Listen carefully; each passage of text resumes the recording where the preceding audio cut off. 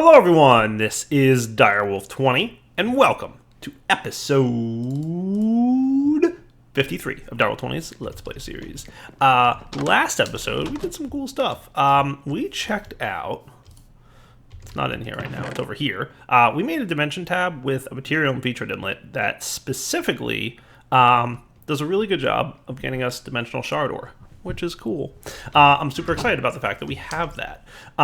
This episode, I'd like to increase our Draconium production in much the same way.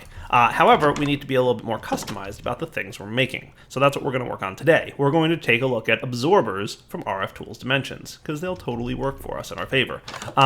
Let's take a look at how absorbers work. That's what we're going to focus on today. They're easy to use, so don't feel like it's going to be hard. It's, it's pretty straightforward. But RF Tools Dimensions Manual, it tells us everything we need to know. So dimlet crafting, all this other cool stuff, shards of the world, machine infusers, energy extractors, dimension editor. So I'm assuming we'll see absorbers in this chapter somewhere. There are various kinds of essence items depending on the type of dimlet you want to make, right? So last episode, we were lucky in that while exploring, we found the dimlet for the material that we wanted, which was dimensional shard ore, right? And there's plenty of material dimlets. We've got prismarine, we've got redwood, we've got netherrack, we've got hellbark wood planks, we've got dirt, we've got cobblestone and chiseled stone bricks, and blocks of ruby. We could have dimlets of pretty much any material, and we can make them into the ground, we can make it the tendrils, we can make all kinds of other cool stuff.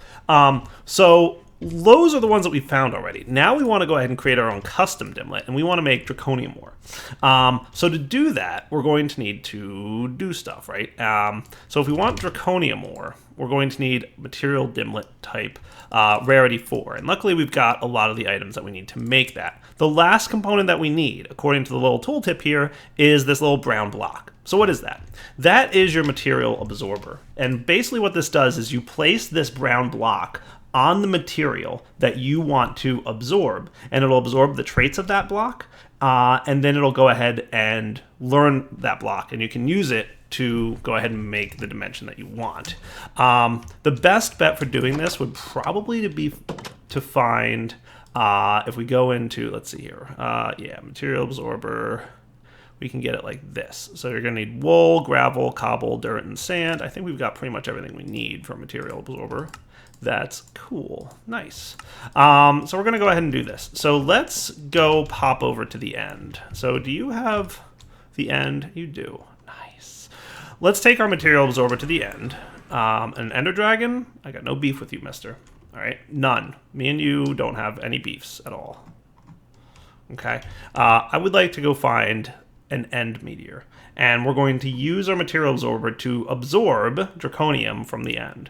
Now I could get like overworld Draconium or nether Draconium, but if memory serves me correctly, and I'm pretty sure I'm right about this, the absorber will actually like eat the blocks that you're trying to absorb, and therefore we're going to need more than like 1 or 2 Draconium, right? We're going to need a decent amount. So somebody yell if you see like one of those big Draconium meteor things, because that's what we're looking for. We found an island, which is super exciting, but not what I want. I want one of those end meteor guys. Looking around. If we don't find one soon, we might come back in a minute. Hello, Draconium. Alright, we might have to come back in a minute here, because I'm not getting any luck. And it might be a few minutes before I find it. So, for the sake of entertainment value, we'll come back in a moment once I've found a meteor. So I've got good news and I've got bad news. The good news is I found one. The bad news is it appears to have already been harvested by yours truly. So that's comedy. Let's see if there's like any Draconium in here. If I missed a piece or two, that would be helpful to at least demonstrate how this works, right? Boom. It absorbed it. Nice. Block, ender Draconium ore. That's cool. So you're at, I mean, it said 0%, so that's exciting. Not. You just place it on top of the block you want it to absorb, 1%. Nice. So we're going to need a decent amount of Draconium ore to be absorbed. So yeah, there's a few here that I didn't harvest out. That's cool. 2%. This will probably take me a while, to be honest. But this is why I want to do it at the end, because doing this in a non-end dimension would probably be painful. There we go, 4%. So this is going to be a little bit. So let's come back in a moment or two once I've probably cleaned out this meteor, and then we will, yeah, we'll definitely be back in a minute after I've done this about 100 more times, give or take. 95 at this point. Seems reasonable. Found another meteor. Hopefully this is not one that I've also harvested. Is this a different meteor or is this the same one? I was kind of wandering aimlessly. Did I find the same exact meteor again? Maybe.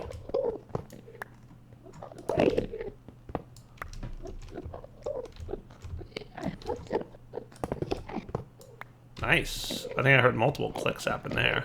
I think it will branch out. So like, see the two that are here?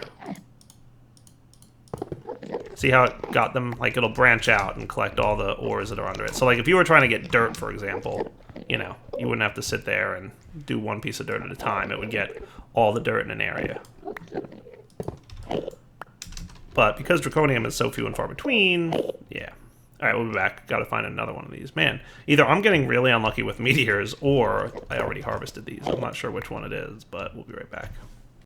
Day 17 of exploring the end, trying to find a draconic meteor. I've now given up, and I'm just absorbing any draconium I find on the ground on these islands. It's slow going, but progress is being made. 23%. Almost a quarter of the way there. You can do it, Direwolf. You can do it. It's now been 24 days since I made the misguided attempt to find draconium ore in the end. We've only finished 50% of this material absorber. Hopefully soon our quest will be complete. I don't know what this is. Anglicite ore? From extreme reactors?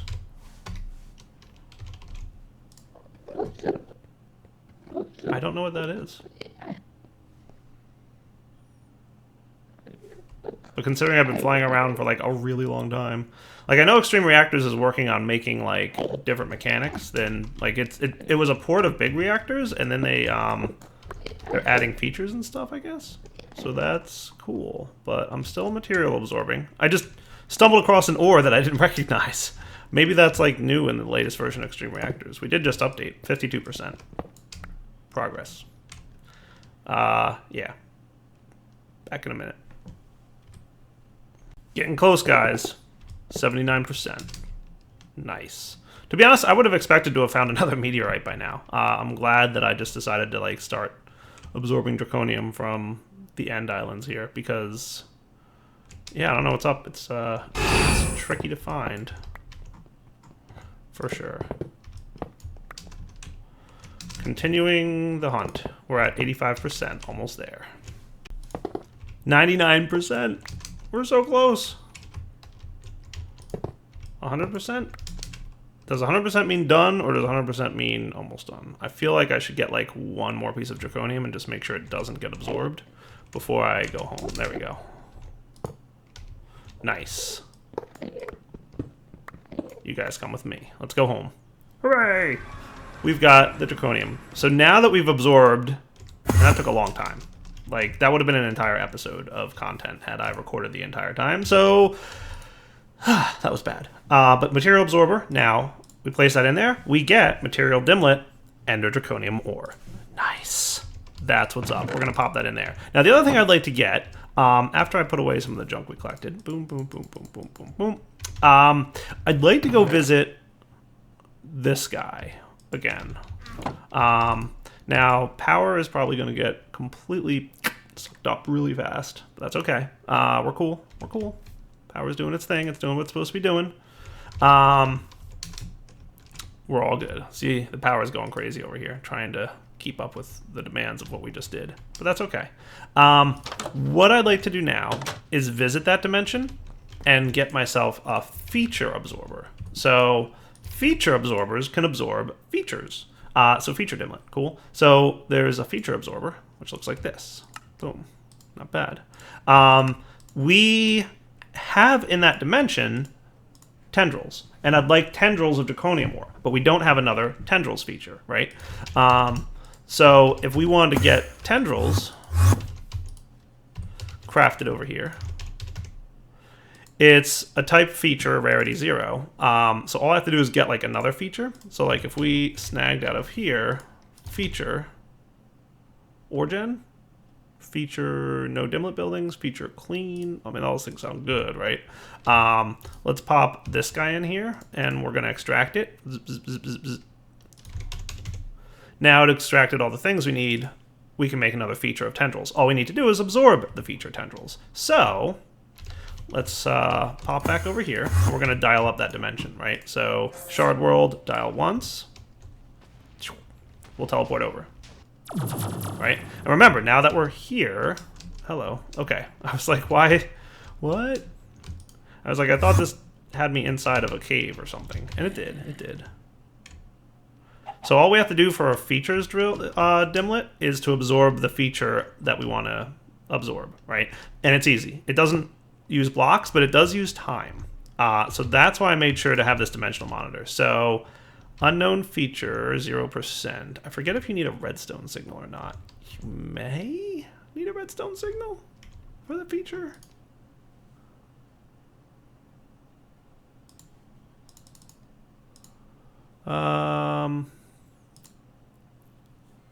Yeah.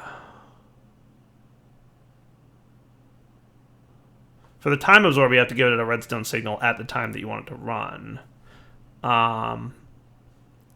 Yeah. 2%. Wow, this is going to take a while. And keep in mind that while we're here, we're using, like, what is it? Like several thousand. Is it 18,000 architect? Is that our maintenance cost? I forget what our maintenance cost is. But just having this sitting here, it's going to absorb the feature known as tendrils. So that's going to take a while. That's why I made sure to bring this. This dimensional monitor will ensure that if we run out of power in this dimension, that will be okay.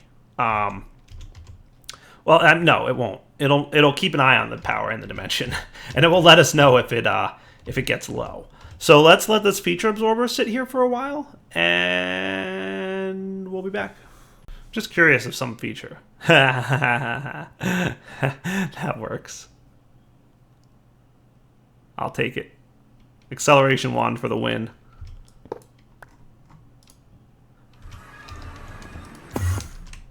All right, so now we can make... So you're doing the power thing, right? You're getting lots of power. If I take you out, you're no longer losing power, which is an indication that it detected that we're not there, right?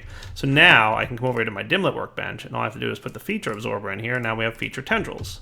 Cool. So now we can make an empty dimension tab of 1, start, craft, check, and we will call this... So we're going to want Draconium ore, which we're getting a warning, and then tendrils, we're okay. We're going to call it Draconium and store it. Sweet. So that's actually not too bad in terms of cost. I would have expected that to be worse, but nice. We can manage that. So creation cost, 4,700 arithmetic. Maintenance cost, 1,800 arithmetic. Not too bad. So I think we've got the power, especially, you know, stored inside this network here, to make this work. So that's cool. So 41%, we're getting there. And then remember, it has to store its internal buffer of like, what is it, 10 million, 4 million, something like that? Yeah, 4 million-ish, or is that 40 million? 1, 2, 3, 4, 5, 6, 40 million. Wow. They have internal buffers of 40 million RF. It's crazy. But that's 80% of the way there. So in a moment, we'll be able to travel to that place. Nice. Done. And now it's filling up its internal buffer. So let's go teleport to it and see what it looks like. Dire base to Draconium world. Dial once. Ready? We have a way home. We're good to go. Here goes nothing. So, aside from the fact that there's giant tendrils of Draconium ore, it's actually a pretty nice looking dimension. I really like the sky color. Like, that's a really nice blue. Looks to be some kind of jungle biome here, yeah. Interesting. And yeah, tendrils of Draconium running throughout the world. Pretty neat, right? Draconium for days, guys. That's what's up. Let's install. I made sure to grab here. Come on. There it is. was probably world genning a little bit there. How's my power doing? Pretty good. We still have a net gain going on, which means, you know, we're doing okay. Come on. Probably lagging the world out a little bit. World gen usually slows things down for a sec. But once the world gen finishes, we should be okay. Come on. There. Wow, nice. You guys see why I want to do this? Pretty cool, right? Maybe we'll be back in a second once world gen calms down. Well, it certainly took a few minutes for world gen to calm down, but the game caught up. And we've got Draconium. And I mean, we've got Draconium, guys. That's the power of RF Tools Dimensions. When you find a resource that you don't have much of and you want more, RF Tools Dimensions is the place to be. Nice. So to be fair, it was quite a bit of effort. It took us, what, 3 episodes and lots of off-camera work to get to the point where we've got this Draconium age, but yeah, cool stuff indeed, right? I'm gonna harvest a little bit more. Oh look, it's becoming nighttime in this dimension. We're gonna want to get out of here. I did bring an activity probe. I went home to get an activity probe to bring it back.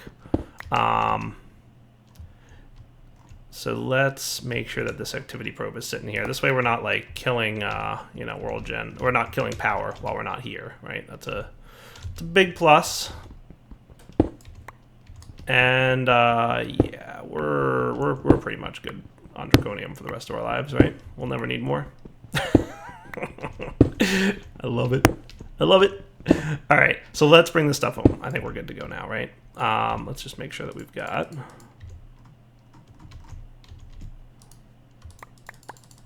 Wow, look at that. Beautiful. Oh, neat. That's an interesting path that the sun's taking.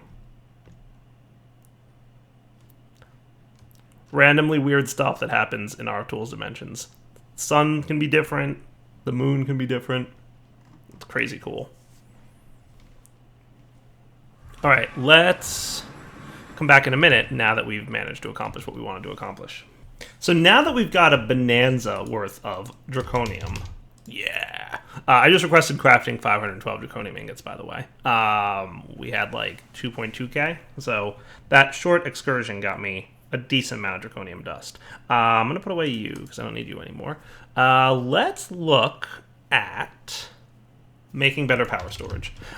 So currently our limitation is thus. We've got, you know, a nice little 25,000 RF per tick transfer rate on a capacitor that stores 25 million RF, right? And this guy down here storing around 25 million RF. So the problem is these energy conduits, right? They're a limiting factor. The most that they can transfer is 20,000 RF per tick. To be fair, that's a lot of RF. But further to be fair, it's not that much for certain things, like RF Tools Dimensions, and like some of the other advanced power that we're going to need as we progress through the pack. So I think it's time to, in this area where we're producing huge amounts of RF, theoretically, or plan to be, right? I think it's time to cut back and convert to a pure Draconic system, both of power transfer and power storage. So we're going to make the Draconic power storage device, which is pretty big and cool. So let's take a look. At Draconium, we've got Draconic Evolution Tablet, right? So what we are going to do here is make in Draconic Evolution, dun dun dun, the Draconic Energy Storage Core. This is cool stuff. This thing is a giant orb of power that can store huge amounts of RF, right? Like gigantically large numbers. It's expensive to make. You need a lot of Draconium, which is why we just spent the last couple episodes working towards the ability to get lots of Draconium. Cool. Basically, there are 8 tiers of it. Tier 1 can store 45 million RF, which honestly ain't much more than we already got. Tier 2, 273. Tier 3, you get into the billions. 4, almost 10 billion. 5, almost 60 billion. 6, almost 356 billion. And 7, 2.4 trillion RF. Tier 8, a little bit of shenanigans. Large, really large number. It's a really big number. Really big. So to set this guy up, we're going to need to make an energy core, and we have to decide what tier we want. For now, I think my best bet is to stick with a low tier, storage system. So let's just see what those numbers are again. So tier 4 to tier 5 is the cutoff for how many is like a giant jump, right, in terms of resource cost, and it's also a giant jump in terms of storage. So we could start with a tier 3, or we could go up to a tier 4. Let's check out the costs. So if you come into this tab here, you'll see the cost, right? A tier 3 requires 26 draconium. A tier 4 requires 54 draconium blocks and 26 redstone blocks. So quite a big jump in terms of energy requirements there, or resource requirements there. But I feel like tier 4 is probably fine. So if we wanted to get 54 draconium blocks, that's a lot. We'll see. 54 draconium blocks. How are we with draconium right now? We're getting there. If I wanted 54, we actually have most of what we need for that, so that's cool. So this thing, if we go down here and check this guy out, he should be full of, you go, faster, faster. Faster, faster, faster, faster. Nice. 54? Nice, we've got the stuff for it, so that's cool. And then what do we need for redstone? 26.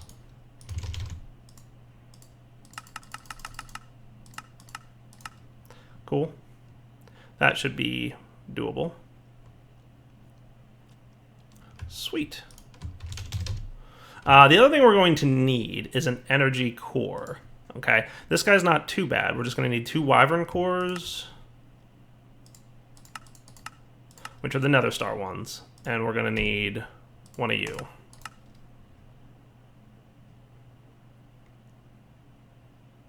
It's smelting up the draconium we need for this stuff, which I guess will be a minute. Come on, draconium ingots, let's go. So these 2 bad boys, and then this one's going to show up. I should tell it to, like, keep on hand a certain amount of draconium or whatever, but wasn't that what it is? Oh, nope, I was backwards.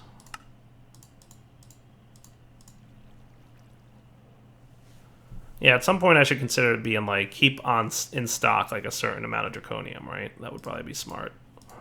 So that's our energy core. The other thing we're going to need, and I'm going to teach the system how to make this, is these guys, energy core stabilizers. And the reason I'm going to teach it how to make this, do you already know how to make the particle generators? You do.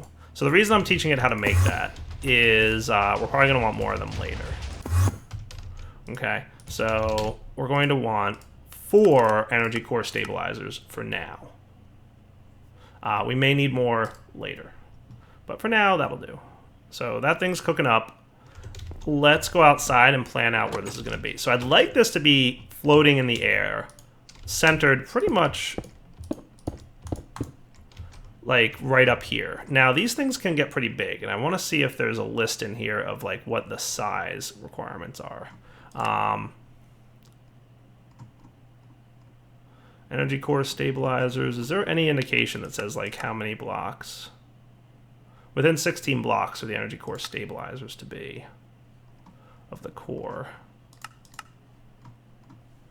So let's pretend we're making a tier 4, because that's what we're making, right? One of the cool things that the Draconic Evolution Energy Core thing can do is give you a build guide. So first off, a tier 1 doesn't need any blocks around it, right? So all you need is stabilizers. If we want to tier up to a tier 2, you're going to need to add blocks, so draconium blocks, right? Tier 3 and tier 4. We're going to say that we're going to go up to tier 4, and you can tier all the way up to 8, and it tells you advanced stabilizers are required. Remember I said tier 4 and 5, there's a difference? Advanced stabilizers are required for tier 5. So we're going to stick with tier 4 for now. We're going to turn on the build guide, and we're going to see, as we back away from here, a nice little guide as to what's required for these blocks. So this is what the build guide is going to look like for a tier 4, right? Now, if we want a tier 8, which, you know, let's say that we might eventually want a tier 8. This is what we're talking about for a tier 8 energy core. So that's pretty big. And trust me when I say this is an expensive device. I think that'll work. I think the positioning is good, right? If we decide to go tier 8, which I'm going to be honest with you guys, I don't think we're going to actually do tier 8. But maybe, right? If we decide to do tier 7, which is probably what we'll probably wind up doing, I think positioning is good here. So I like the position. So let's get it to be actually tier 4. Let's pop home for a quick nap. Yay! And then what we're going to do is build this thing. So to get this built, right, all we need is redstone all around the core. So that's easy, right? And the build guide helps with this.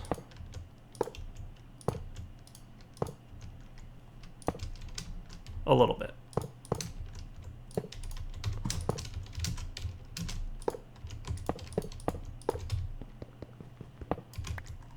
That was the build guide yelling at me for placing the wrong block there.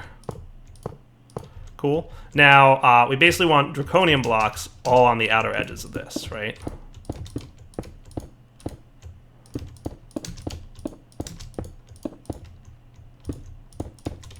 Keep in mind that this is costing 56 Draconium blocks, right? Imagine if we didn't do this with RF Tools Dimensions and how painful it would be to get this much Draconium. So yes, is Draconic Evolution pretty powerful? It definitely is. Is it overpowered? It's, you know, within reason to state that yes, it is a little bit overpowered at times. But also I find it to be fun, and that's what Minecraft is all about. If you feel like Draconic Evolution is overpowered, just don't use it. Like that's my suggestion to you. You know, that's the nice thing about a sandbox game, is everybody plays it differently, right? So I'm going to place these energy core stabilizers 3 blocks away from the current setup. Cool. And then we can clear this out. Now, you might notice that we can't access the core because it's in the middle of that stuff, but that's okay, because the energy core stabilizers have the same UI as the core. We can right-click it, and we can see everything's valid. Stabilizers are valid, and the core is valid. We can now build a tier 4. If we wanted tier 5, we'd have to change stuff, and it's yelling at me. But tier 4, we have everything we need. So all we have to do is click activate. And ta-da! We have a pretty decent amount of power storage. If you look in here, you'll see the capacity, as promised in the book, 9.8 billion RF. 9.8 billion RF in a tier 4 core. And it only gets crazier from there. So there's a lot to do now. The next step will be to manipulate getting power in and out of this thing. And here's what I'm thinking, right? There's 2 ways to go about this, right? We can, to get power in and out, all right, we need energy pylons. And they can go pretty much anywhere in relation to this thing. Well, within reason. I think it's within 16 blocks of the core, is that it? Yeah. And they can transfer a lot of RF per side, which is cool. Typically, when I build this thing, I like to have an energy pylon below and above, right? An energy pylon could go here, and we could beam our power into it. And an energy pylon could go on the top, and we could beam our energy out, right? So, like, input could be on the bottom, output could be on the top. Currently, the way my laser system is set up, I'm not sure if that's how I want it to be. We definitely want our power to be coming from... Like, our power is coming from the bottom of this orb, and the output is coming from the bottom of this orb. So those are 2 very interesting mechanics that I need to figure out how I'm going to manage. So let me come back in a minute, because I want to... I could put both pylons in the bottom, right? And we could have, like, energy going in here and out here. Something like that might be cool looking, right? But I'm not really sure, right? Like, because if we wanted energy to come up here, and then it could be beaming out here and shooting off to the different locations. I'm not sure yet. Let me think. So whatever I do, I can change. So what I might do is place the energy output on the top, and then we would see lasers, like imagine a relay up top here, distributing power, like a laser beam going like diagonally down to that one, and then diagonally down to that one, and like branching off like that. That would look kind of cool, wouldn't it? So like power going in the bottom here, and power coming out the top there. So let's get those things set up. So again, it's another @Draconic, And let's get like a stack of you cooking just for now, because you're going to be needed in a minute, I'm sure. Draconic Evolution uses a lot of that stuff. We're going to want energy pylons. So we're going to need a Draconic Core and an Eye of Ender. Luckily, you get 2 of these for this crafting recipe. And we're good. Energy pylons. Cool. The other thing we need is glass, which we're good on. Nice. So the way this works is you place down the pylon, and the pylon is what's going to actually be the interaction block. So that's where you're going to hook up your cables or your conduits or your lasers or whatever you're getting energy in and out of this machine with the Draconium blocks. You're going to want to have this down. And then you put a piece of glass in between the pylon and the orb. So if the pylon is below the orb, the glass goes on top of the pylon, and boom, we've got a connection. Nice. You right-click the orb itself, this blue orb, to set input or output. Blue is input, meaning power is going to come into this energy pylon and get stored in the capacitor core. Orange is output, and it's going to send energy out. So we want blue to be in the bottom, right? So you are technically 1 block away from the core. Cool. So if we want this to mirror that, then 1 block away from the core. So this would be your energy pylon, and that would be your glass. And then we right-click this guy. That'll be your power distribution, right? And then we could have, we'd need a relay and an energy crystal there. So for now, just to get this up and running, let's request, and we're going to be changing a lot of the way things work next episode, but we've got basic IO crystals. We're going to need energy relay crystals. We're probably going to want at least 2 of them. So get cooking. Nice. So we are going to, so you're the output crystal. So we're going to remove this guy, right? So clear all links. Boom, they're gone. You're coming with me. You are now going to need to output your power from this capacitor block directly into here. So I'm going to bind you to here. They're linked, and you're going to be set to, you're set to input. No, you should be set to,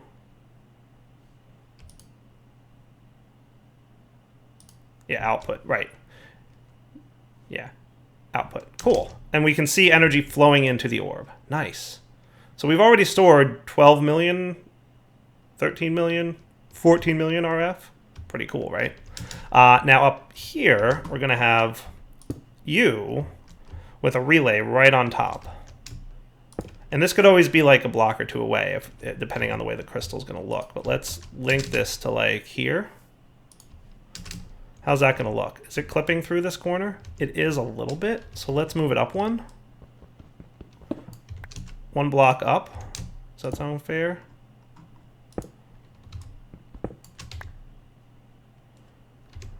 How much power is in you? 2 million? Neat. Okay.